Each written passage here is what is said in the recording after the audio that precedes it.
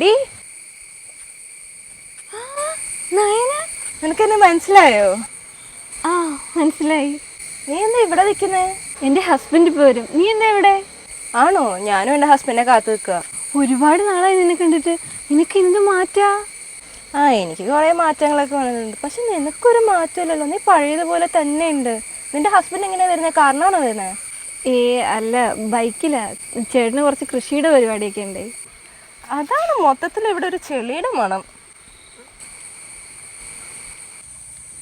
ചേട്ടന് കൃഷി ഭയങ്കര ഇഷ്ടമാണ്, അതുകൊണ്ടാ. ഇഷ്ടമല്ലെങ്കിലും ചെയ്തല്ലേ പറ്റൂ, ക്യാഷ് വേണ്ടേ ജീവിക്കാൻ.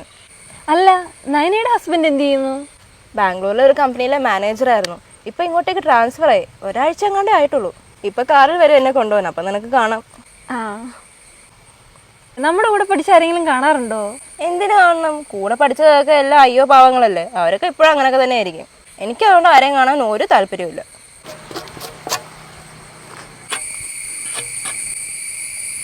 അതാണ് എൻ്റെ ചേട്ടൻ.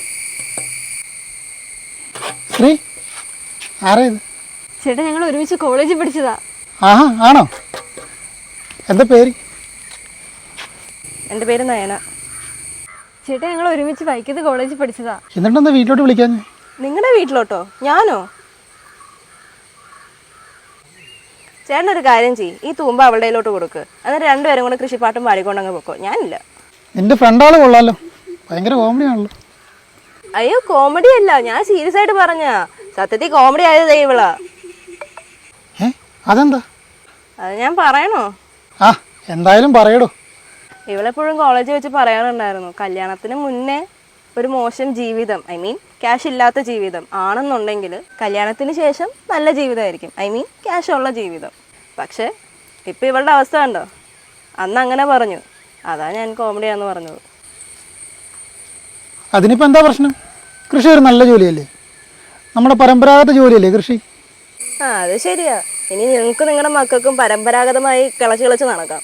അപ്പോൾ ശ്രീ, നിന്റെ കൂട്ടുകാർ എന്തായാലും കൊള്ളാം, നല്ല കാശുള്ള കുട്ടിയാ. നമുക്കെന്നാ പോവാം. ശരി.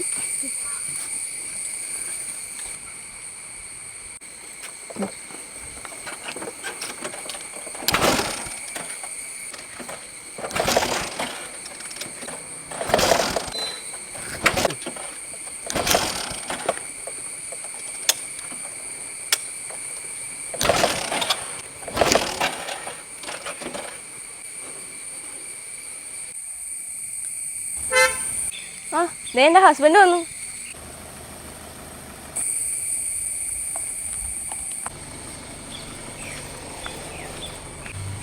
ഹായ്, ഒത്തിരി നേരമായി വന്നിട്ട്? ഇല്ല, ഇപ്പൊ എത്തേ ഉള്ളൂ. വാ, ഒരാളെ പരിചയപ്പെടാം.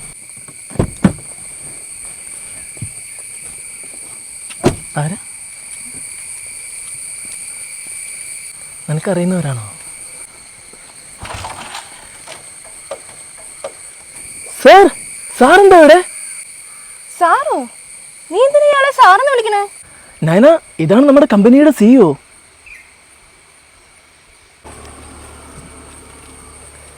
ഞങ്ങൾ നേരത്തെ പരിചയപ്പെട്ടായിരുന്നു. അതെ, എന്താ പോയ കാര്യം? അവിടെ എല്ലാ കാര്യങ്ങളും ഓക്കെയാണ് സാർ. നയന, ഞാൻ നിന്നോട് പറഞ്ഞിട്ടില്ലേ നമ്മുടെ കമ്പനി ഒരു അഗ്രികൾച്ചർ റിലേറ്റഡ് ആയിട്ടുള്ള കമ്പനിയാണെന്ന്. സാറിന് കൃഷിയൊക്കെ ഭയങ്കര ഇൻട്രസ്റ്റഡ് ആണ്. വിഷ്ണു ഇപ്പോൾ ഒരാഴ്ചയല്ലേ ഇങ്ങോട്ട് ജോയിൻ ചെയ്തിട്ട്? അതെ സാർ. അപ്പോൾ ഒരു കാര്യം ചെയ്യും, വിഷ്ണു ബൈക്ക് കൊണ്ടേ നമ്മുടെ കമ്പനി ഗസ്റ്റ് ഹൗസിൽ കൊണ്ട് വെച്ചേക്ക്. അടുത്ത് തന്നെ അറിയില്ലേ? അറിയാം സാർ. ഒരു കാര്യം ചെയ്യും, ഞാൻ ആ കാറിൻ്റെ താക്കോലും ശ്രീ, നമുക്ക് എന്തായാലും കമ്പനി വണ്ടി പോവാം. കൂളിംഗ് ഗ്ലാസ്സൊക്കെ ഉള്ളല്ലോ. അല്ല, ഇതെന്താ? ഇത് കൈക്കോട്ട്. ഒരു കാര്യം ചെയ്യും, താൻ ഇതുണ്ടല്ലോ, ഇതും കൂടി ആ വണ്ടിയുടെ ഇരിക്കുന്നിടത്ത് തന്നെ വെച്ചേക്ക്. നയന, നീ ഇത് പിടിക്കേ. എടീ, വണ്ടി സ്റ്റാർട്ട് ആവുന്നില്ല എന്ന് പറഞ്ഞ് നീ ചിലപ്പോൾ തള്ളി തരേണ്ടി വരുവേ.